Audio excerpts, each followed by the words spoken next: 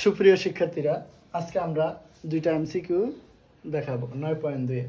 তো আমার এক নম্বর একটা এমসিকিউ দেওয়া আছে cos থিটা ইকুয়াল হাফ হলে cot থিটার মান নির্ণয় করো। তো আমাদের এদিকে থিটার মানটা আগে বের করব। তো cos থিটা ইকুয়াল হাফ, আমরা জানি cos হাফের মান 60 ডিগ্রি। তো উভয় থেকে কজে কজে বাদ থাকে থিটা 60 ডিগ্রি। যেহেতু আমার নির্ণয় করতে বলছে cot থিটা, তো আমরা থিটার মান বের করছি।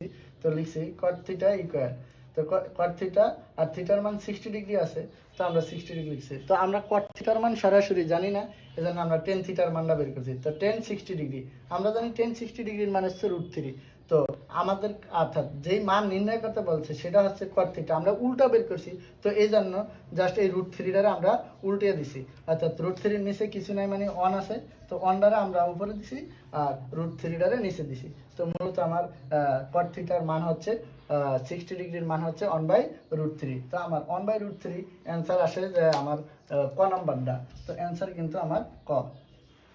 দেখো, ক নাম্বারটার অ্যান্সার হচ্ছে 1/√3, কর সাথে আমার উত্তর মিলে। তো দেখো, আমাদের এক নম্বর অঙ্কটা এই জায়গায় শেষ। নাম্বার 2 নম্বর অঙ্কটা বলছে cos square theta minus sin square theta equal 1/3 হলে cos to the power 4 minus sin to the power 4।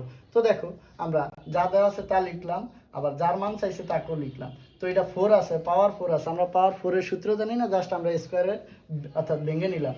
তো স্কয়ার করে ভেঙে নিছি, ভেঙে নেওয়ার পরে আমরা দেখলাম যে a স্কয়ার মাইনাস b স্কয়ারের সূত্র হচ্ছে। তো আমরা জানি যে a স্কয়ার মাইনাস b স্কয়ারের সূত্র হচ্ছে একবার প্লাস একবার মাইনাস। আমরা জানি a স্কয়ার প্লাস b স্কয়ারের সূত্র একবার প্লাস একবার মাইনাস।